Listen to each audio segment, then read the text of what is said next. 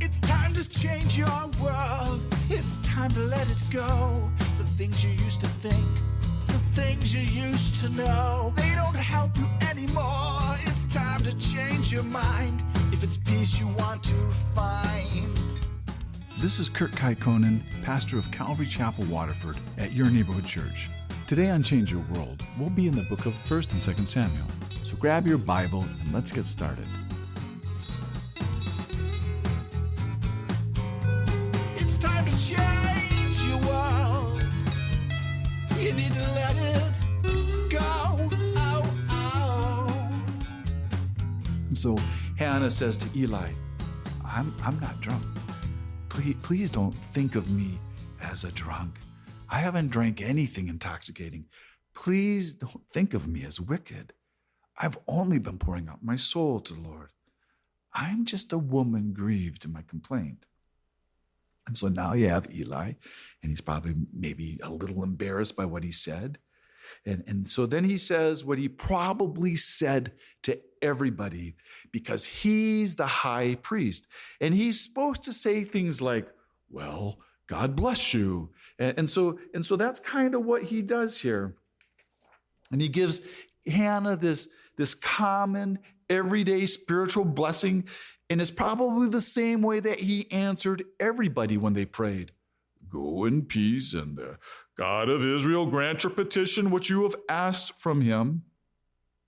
But you see here that he doesn't even care enough, not on Eli's part, to even ask her, well, what are you praying for, honey? Oh, my dear, what has you so down? And why are you crying? What's making you so bitter of heart? Like a good pastor would say. And even though Eli, he wasn't very sincere in what he said here, Hannah, she didn't hear Eli here. To Hannah, this was a word from the Lord, and it was her answer to prayer. And though it was Eli, but as high priest, he's just being the messenger who God is speaking through here. And so in Hannah's heart, she received that word, and she believed that word, and she received it in faith. And you know that she did because her whole countenance changed. She's no longer sad. She went back to eat, and that's how she stayed. She didn't go right back into her depression. That was all over. In fact, it was the very next day. They get up in the morning, and they get up early, and they go and they worship God before they went back home that day. And God, he kept his promise, even though it was only heard in Hannah's heart, because he said nothing audible.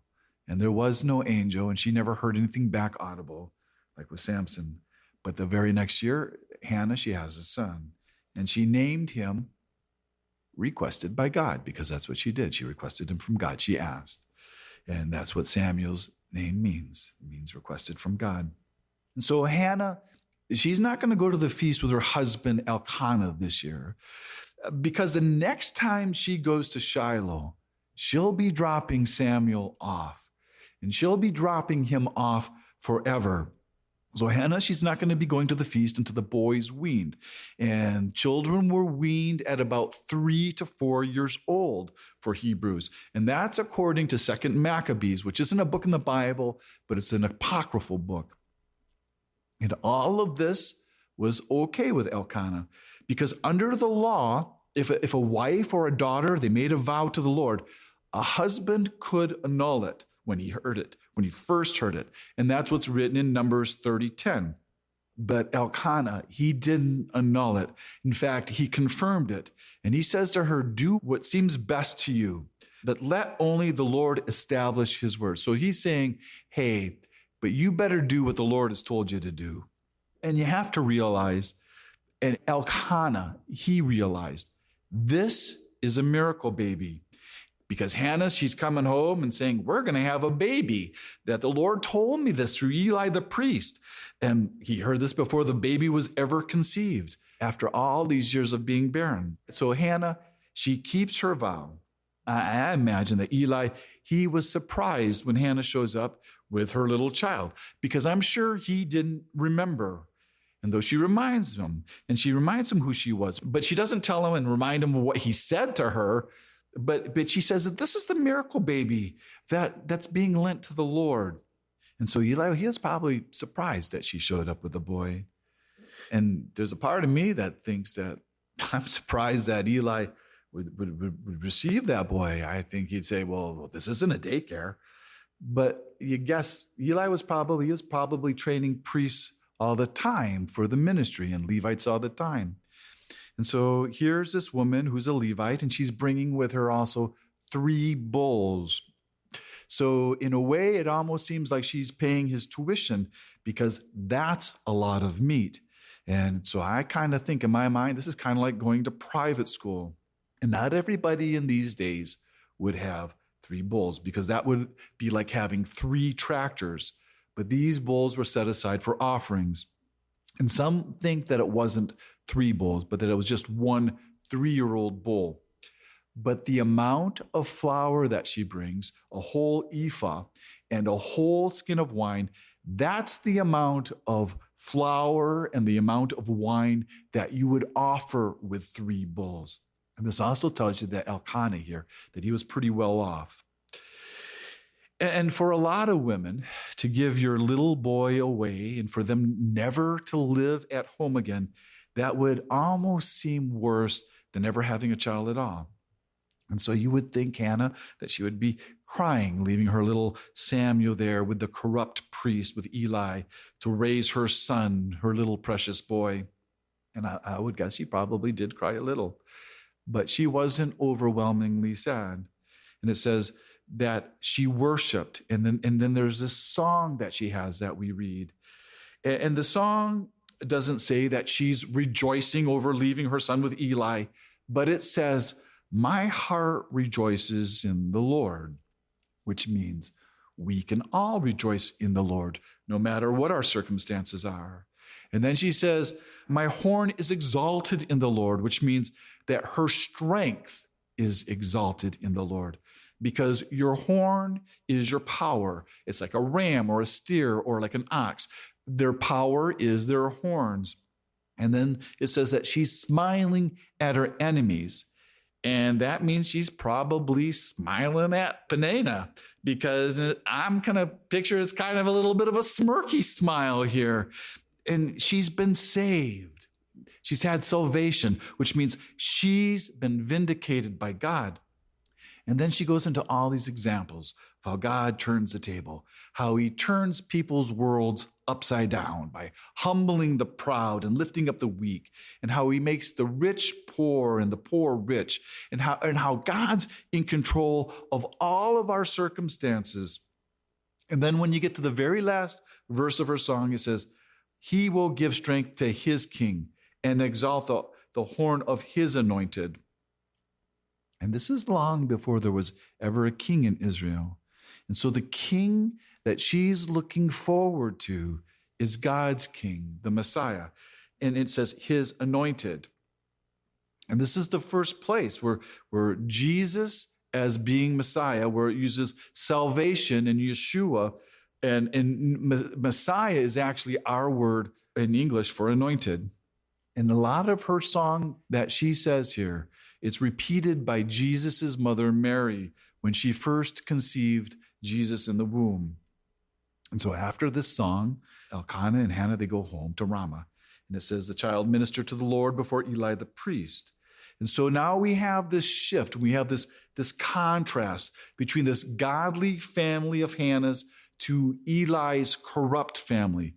So it's between Samuel and Eli's son, where it says that Samuel, he ministered to the Lord, but Eli's sons were corrupt. And in our translation, where it says corrupt, it literally says they were the sons of Belial. And Belial was a pagan god.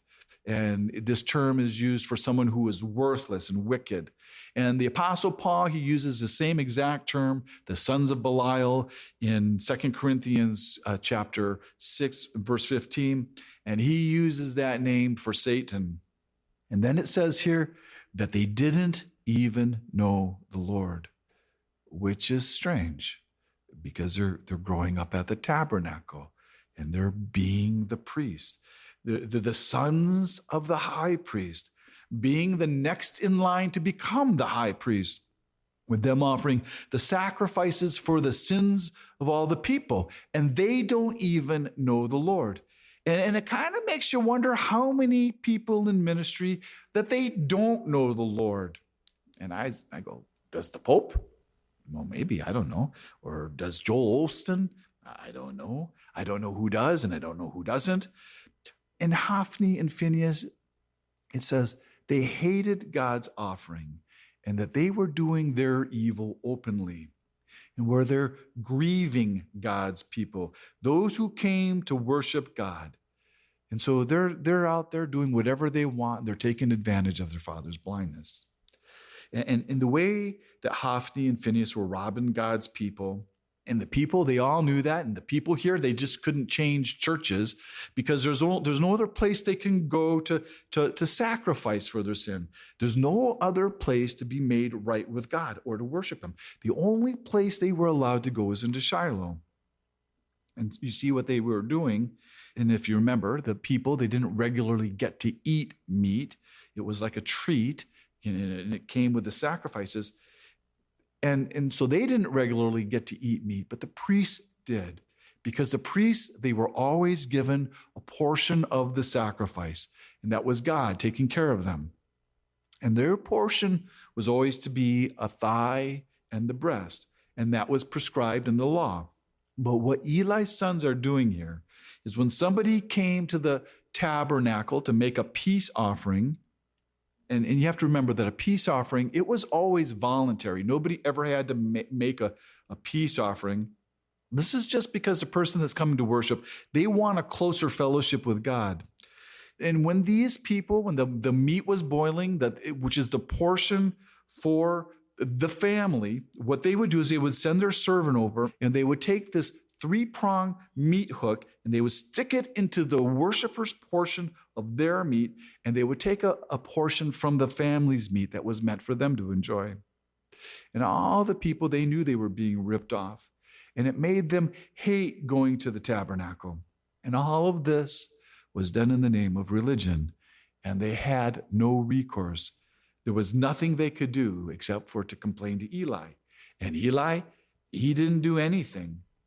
And besides taking the worshiper's portion, and before the sons of Eli, they would offer up the sacrifice, the Lord's portion. The Lord's portion, it was always to be offered first.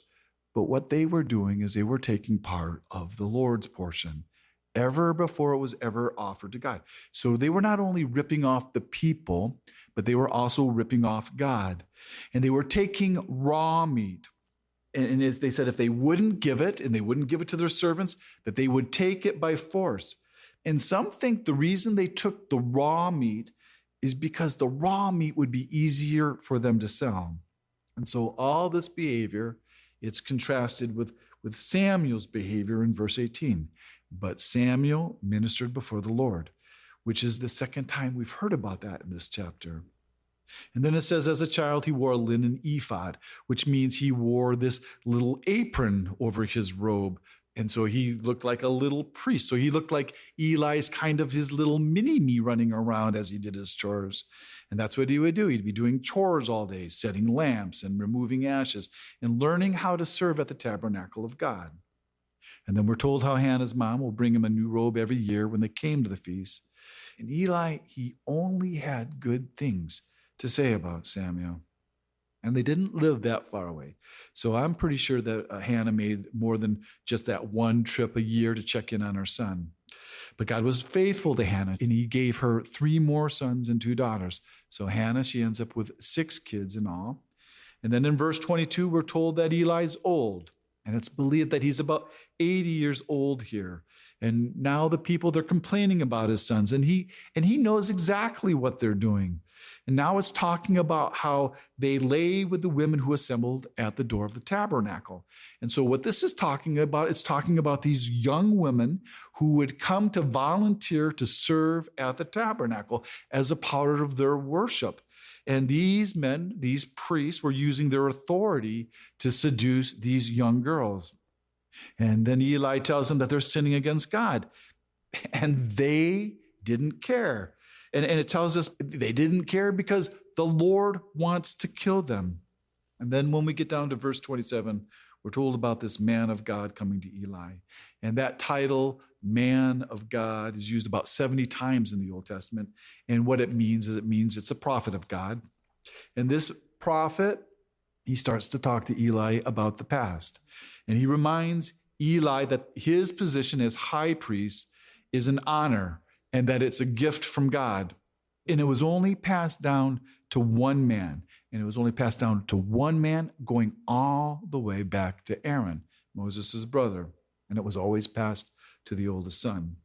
And where all the high priest sons, all of them, they all got to offer sacrifices at the brazen altar.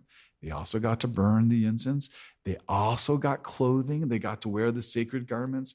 And they were also provided food. They were able to eat the holy offerings. And the prophet, he doesn't just accuse Eli's sons here, but he tells Eli, why do you kick at my sacrifice? And you make yourself fat with the best of the offerings of Israel, my people.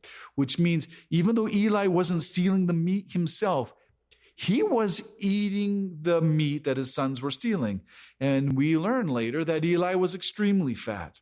So he must have ate a lot of it. And then Eli, the prophet, tells him that he honored his sons more than he honored God. And he puts his sons above the Lord, and that he shares in their sins. Because by being their father and by being the one in charge of God's house, he is directly responsible. And he can't hide from what he's doing, and he can't hide from what he's failed to do as a father. And it's this passage, and it's the events that come about from this passage that has kept me from not neglecting to discipline my own children, where I won't even wink at their misbehaviors, because I do know that God holds me accountable, and not for what they do, but he holds me accountable if I don't correct them. And if I put them above God and above God's word, I can't give my children permission to do things that God doesn't give them permission to do. Because God, he hasn't placed me as their father to be their friend or to be their buddy. And here, where Eli, he hasn't honored God, what it did is it cost his family the priesthood. And it wasn't just for his individual little family, but he lost it for the whole branch of his family. And now all of his descendants, they're going to become weak. And to prove to Eli that this will all happen, and it's for sure, he tells them that both of his sons will die on the same day.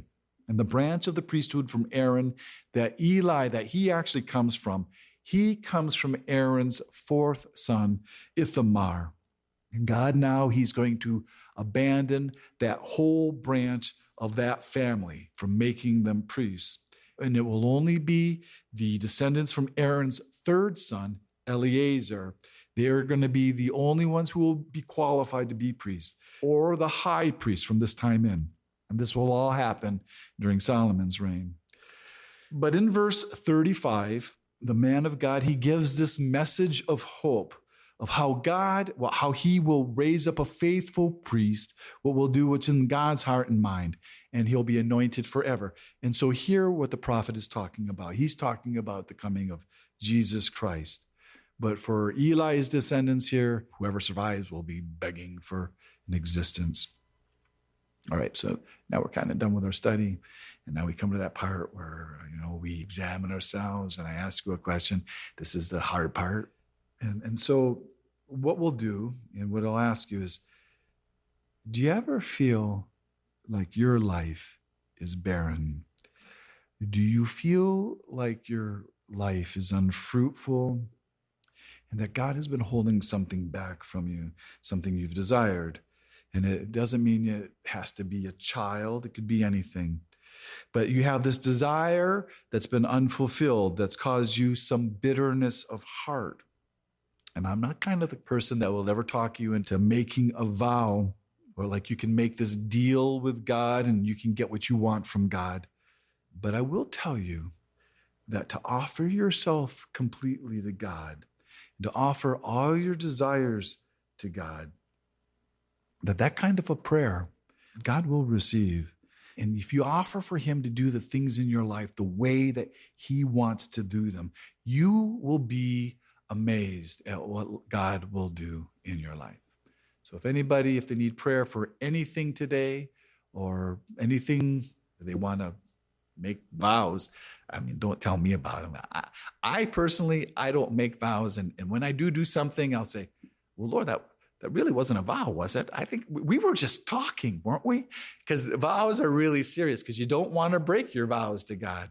So last week, we saw this child, Samuel, brought into his new home at the Tabernacle of God to be trained by the high priest Eli himself to serve God all the days of his life. Because God's about to do something new in Israel, and it's going to be big and it's going to be good. And it's going to shake up the whole world. And God has chosen this miracle child, Samuel, as his instrument to do this great work. And Eli, the high priest, he only had good things to say about Samuel. And Eli, he may have not done that well raising his own sons, Hophni and Phinehas, but Eli, he's doing a real good job raising up this boy, Samuel, who is under his guardianship. And so last week we saw Eli receive some real bad news that hasn't happened yet. And there was this man from God, a prophet, who was sent to Eli, and he told Eli that his family was going to be removed from the priesthood, and it's all because of Eli's neglect of the things of God, where he was honoring his wicked sons, who were called the sons of Belial, and he'd been honoring them over God. Because Eli, he had been a weak father, and he had not been disciplining or correcting his sons. And he's also been an unfaithful high priest by not removing his sons from the priesthood. And to prove that God is going to remove this branch of Eli's family from the priesthood, that all that the prophet said would come to pass, the prophet told Eli, both his sons, Hophni and Phinehas, that they would die on the same day. And so now we're at chapter 3, and chapter 3 begins with us hearing for the third time that the boy Samuel had ministered to the Lord. And according to Josephus, the Jewish historian from the first century, he says that Samuel was 12 years old at this time. And then we're told that the word of the Lord was really rare in these days. And the only word of the Lord that we have ever heard so far from the Lord is that hearing of the judgment against Eli and against his family from that prophet that God had sent to him in chapter 2. And then we read that Eli, he's laying down in his place, which would have been some type of annex somewhere by the entrance of the tabernacle. And then we're told that his eyes are dim. And it seems like they're not only dim physically, but they're also dim spiritually. And then it says that all of this is happening before the lamp of God went out. And that's just a poetic way of saying that it's in the early morning before the dawn. Because the lamp of God that it's talking about that 7-branched golden candlestick, which stood in front of the holy place.